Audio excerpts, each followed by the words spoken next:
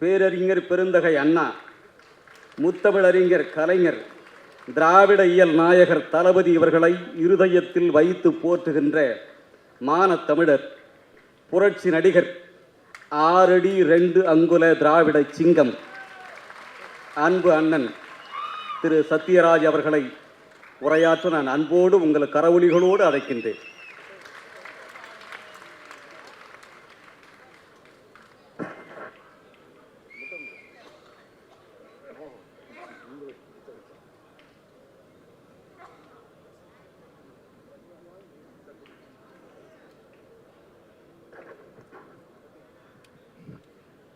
பெரும் மதிப்பிற்கும் மரியாதைக்கும் உரிய கபடி வீராங்கனைகளுக்கு என்னுடைய ஃபர்ஸ்ட் சல்யூட்.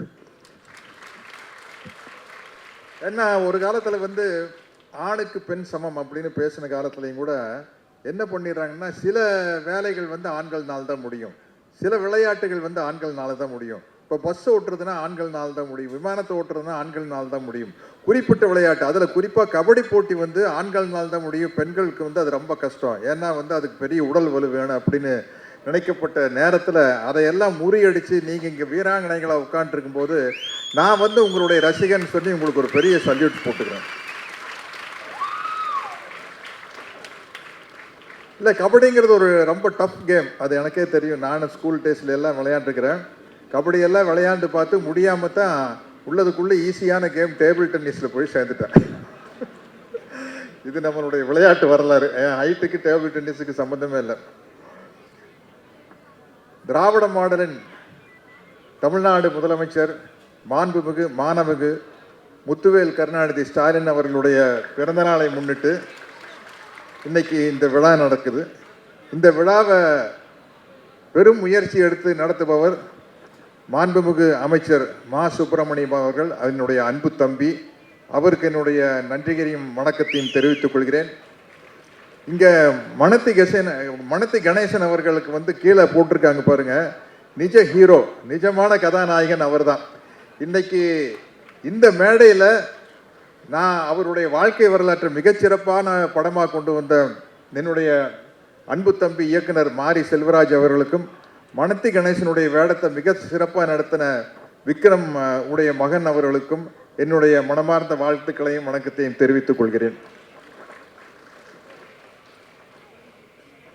இது பேச்சளவில் இல்லாமல் இந்த இன்னைக்கு மன மகிழ்ச்சி, உடல் பயிற்சி ரெண்டும் பிணைஞ்சு இருக்குது.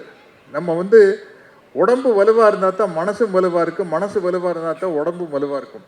நீங்கள் இன்னைக்கு எந்த சைக்காட்ரிஸ்ட்கிட்ட, மனநல மருத்துவர்கிட்ட போய் கேட்டால், நம்ம எல்லாருக்கும் வாழ்க்கையில் 1008 கஷ்டம் இருக்குது, இல்லைன்னு சொல்ல. ஆனால் இந்த கஷ்டத்தை எல்லாம் நிவர்த்தி செய்கிறதுக்கு மிக முக்கியமான விஷயம் உடற்பயிற்சி தான். அதுலேயும் குறிப்பாக ஏதாச்சும் ஒரு விளையாட்டில் நம்ம இணைஞ்சிருந்தோம்னு வச்சுங்களேன், அது நம்ம மனசையும் உற்சாகமாக வச்சுருக்கோம். அதுக்கு வெறும் பேச்சளவில் இல்லாமல் நம்ம தமிழ்நாடு முதலமைச்சர் ஸ்டாலின் அவர்கள் அதுலேயும் அவர் மிகப்பெரிய அளவில் அக்கறை காட்டுறார். அவர் வாக்கிங் போகிறதாட்ட, அவர் ஜிம்முக்கு போகிறதாட்ட, இன்னைக்கு ஒரு ஒரு ஒரு லேட்டஸ்ட் மாடல் பைக்கை அது அவ்வளோ வெயிட் உள்ள பைக்கு, அதை ஓட்டி ஒரு ரவுண்ட் அடிச்சிருக்காரு. எனக்கு அதை வாட்ஸ்அப்பில் அனுப்பினார். எனக்கே அதிசயமாக இருந்தது. ஏன்னா எனக்கு அவருக்கெல்லாம் கிட்டத்தட்ட ஒரு வயசு தான். அது மாதிரி அவருடைய வழியில் வர என்னுடைய அன்பு தம்பி மாண்புமிகு அமைச்சர், சுகாதார அமைச்சர் மா சுப்பிரமணியம் அவர்கள் எவ்வளோ ஃபிட்டாக இருக்கார் பாருங்க. அவரை பார்த்தா எனக்கே பொறாமையாக இருக்குது. ஒரு அமைச்சர் இவ்வளோ ஃபிட்டாக இருக்கிறது நம்மளுக்கு ஒரு ஒரு எனக்கெல்லாம் பெரிய ஒரு உதாரணமாக இருக்குது அவர்.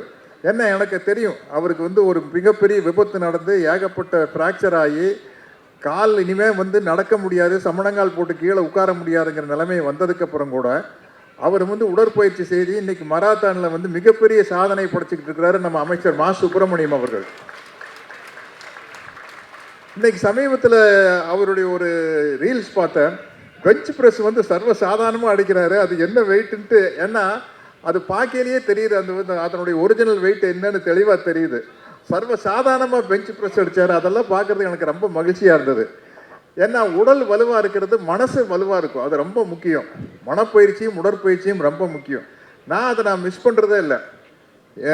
நம்ம உடற்பயிற்சி செஞ்சு முடிச்சிட்டோம்னா, காலையில் எழுந்திரிச்சு 1/2 மணி நேரமோ 3/4 மணி நேரமோ 1 மணி நேரமோ செஞ்சு முடிச்சிட்டோம்னால மனசுக்கு ஒரு தெம்பு வரும். அதுக்கு என்ன காரணம்னா, உடற்பயிற்சி செய்யும்போது ஹாப்பி ஹார்மோன்ஸ் சுரக்குது. டோப்பமின் செரட்டோனின் என்னமோ சொல்லுவாங்க எல்லாம். அதனால வந்து மனசு நம்மளுக்கு உற்சாகமாக இருக்கையில் அன்னைக்கு ஒரு நாளே ரொம்ப நல்லா ஆரம்பிக்கும். காலையில் எந்திரிச்சோன்னு ஒரு அரை மணி நேரம் 3/4 மணி நேரம் 1 மணி நேரம் உடற்பயிற்சி செஞ்சுட்டு நான் ஷூட்டிங் போகிறேன், அவங்க வேலைக்கு போகையில் மனசு ரொம்ப தெம்பாக இருக்கும். அந்த பிளட் ஃப்ளோலாம் வந்து ரொம்ப நம்மளுக்கு ஒரு மிகப்பெரிய உற்சாகத்தை ஏற்படுத்தும். நம்மளை நாமளே தட்டி கொடுத்துக்கலாம். இன்னைக்கு இவ்வளவு புஷ்அப்ஸ் போட்டேன், இவ்வளவு இந்த அளவுக்கு எக்ஸசைஸ் பண்ணிட்டேன் அப்படின்னா அது மிகப்பெரிய ஒரு உற்சாகத்தை கொடுக்கும். நம்ம வெளியே போய் பேசல அதை பற்றி நம்ம பெருமையாக பேசிக்கலாம். இன்னைக்கு காலையில் இவ்வளோ புஷ்அப்ஸ் அடித்தோம் அப்படின்ட்டுலாம். அதனால் வந்து இந்த விளையாட்டும் உடற்பயிற்சியும் மனப்பயிற்சியும் ரொம்ப முக்கியம். இந்த நிகழ்ச்சியை மிகச்சிறப்பாக முன்னெடுக்கிற என்னுடைய அன்பு தம்பி மா சுப்பிரமணியம் அவர்களுக்கு நான் வந்து அவருடைய உடம்பு ஃபிட்னஸுக்கு வந்து நான் அவரோட ரசிகன்.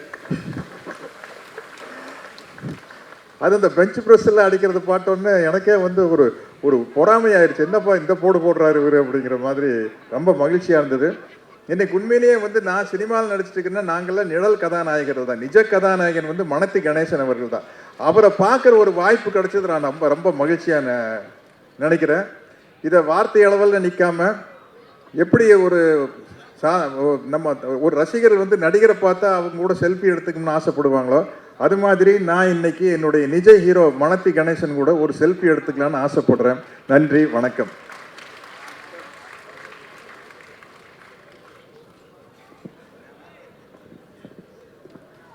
மிக அற்புதமாக உரையாற்றிய புரட்சி நடிகர் அவர்களுக்கு மன்றத்தின் சார்பாக பணிந்த நன்றி.